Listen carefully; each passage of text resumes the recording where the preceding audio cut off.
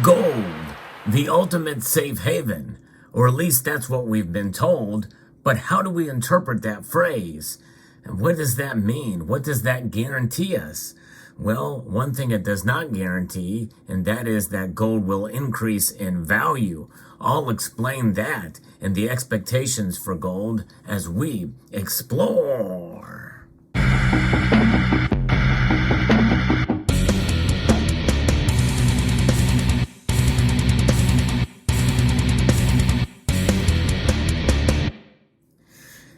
We have expectations for gold that really are the opposite of what most financial institutions tell us of what comprises value versus price. We've talked about that before, but what if we need to sell our gold?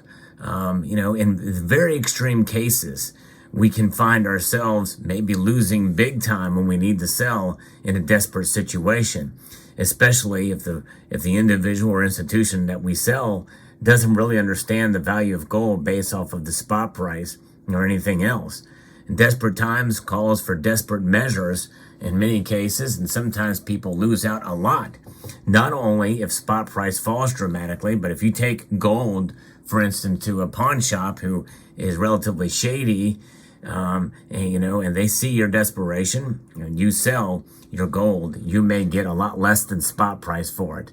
And you've lost out big time. And that goes for anything, by the way, but gold really is considered by most, especially in this community, as being that ultimate safe haven asset. And so we look at gold as kind of the arbiter of kind of what value is, a store of value is. It has proven itself time and time again.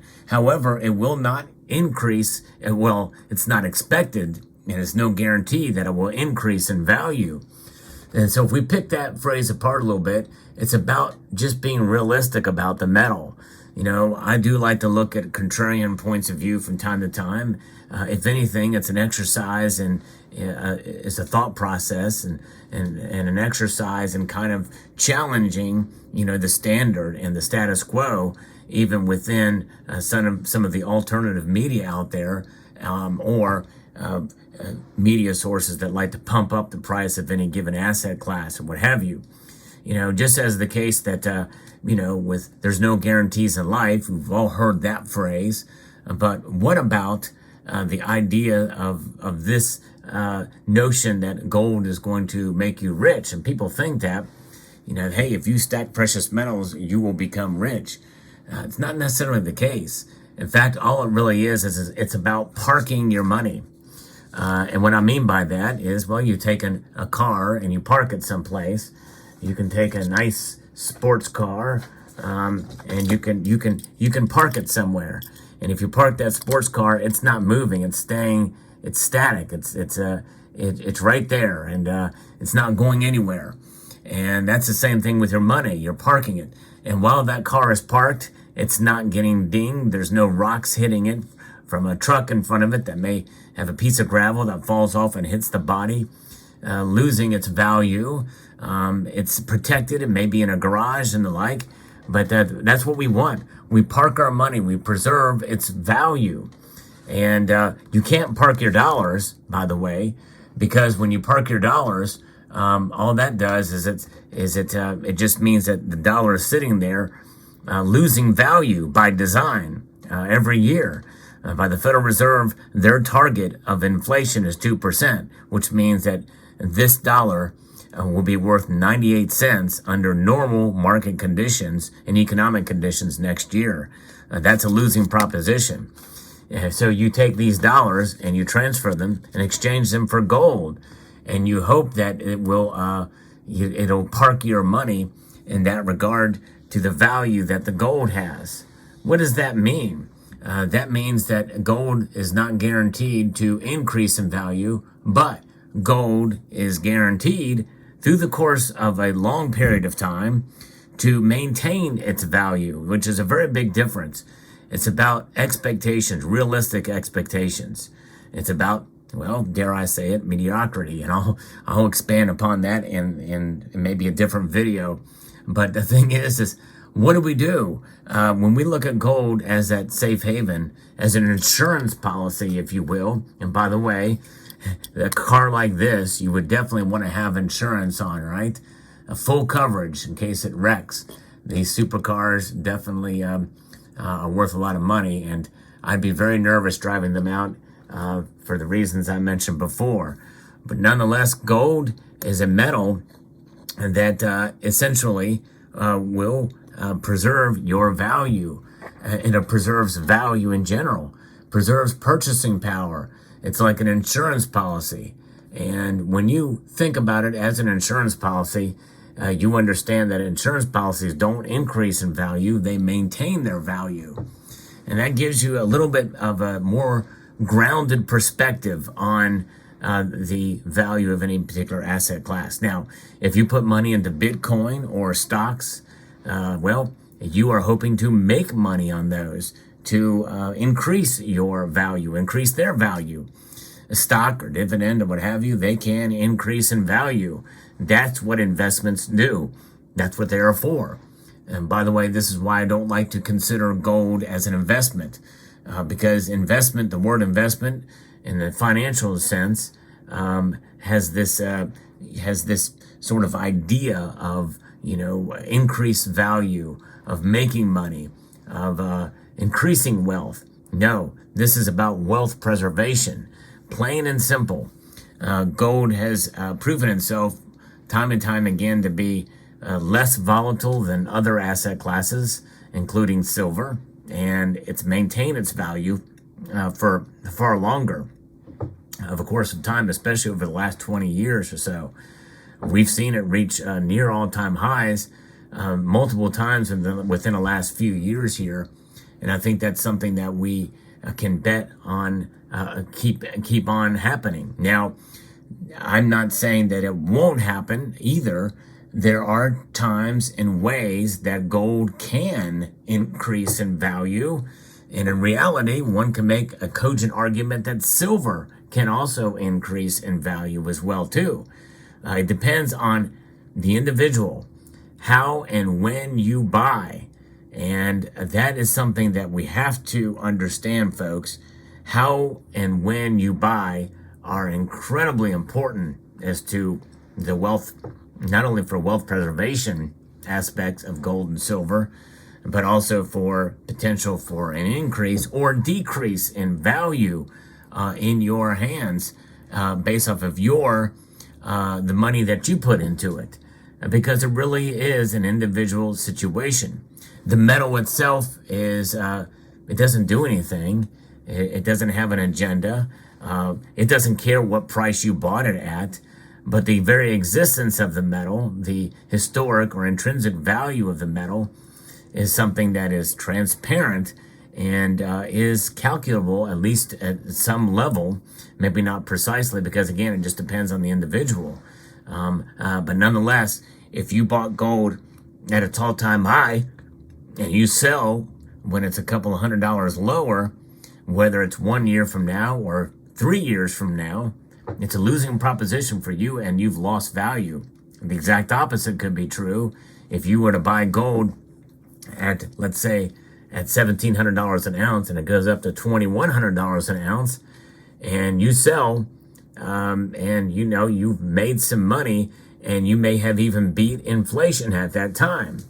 And that's the thing you have to think about too. Always calculate inflation in the mix. Inflation adjusted dollars from that 3 years. And so that's 6% essentially, if you do it under normal conditions. Right now we are living in an era of high inflation, 6% per year. So those are the things to consider here. But some people that get into precious metals think it's going to either make them rich, which is the one extreme. I think most understand that it's not there to make you rich. I think likely that's what most people understand. But it also does not mean that you're going to see your metals increase in value, even if the price goes up. And that's another aspect of it as well, too, because of inflation and because of the premiums you pay for them, which are not as severe as they are for silver. You have to be even more careful with silver. I've talked about that in a recent video. But gold certainly does deal with premiums and the like. And those are premiums that you are not going to get back when you go to sell the metals, unless it's a numismatic piece or something like this, where there's a better chance of that occurring. You might see some returns, but that's basically based off of numismatics more than anything. But we continue to press on, and with the idea that when we hold these metals, we are in preservation mode, and which is why it's good to diversify your stacks, to include gold as a part of it. And if you are savvy with your finances and investment strategies, then you will protect yourself from any losses that may be incurred in some of those investment strategies. That's all a part of diversification. And I don't consider myself very financially savvy at all in terms of investments, which is why I tend to lean hard on the metals and leave my retirement kind of alone with what I have through my place of employment. But regardless, gold is a metal that really, in a sense, because it does not react, not only does it not react chemically or physically with the air and environment around it, but as far as what it does not pay dividends. It exists solely based off of its attributes and how mankind has viewed the metal through these millennia.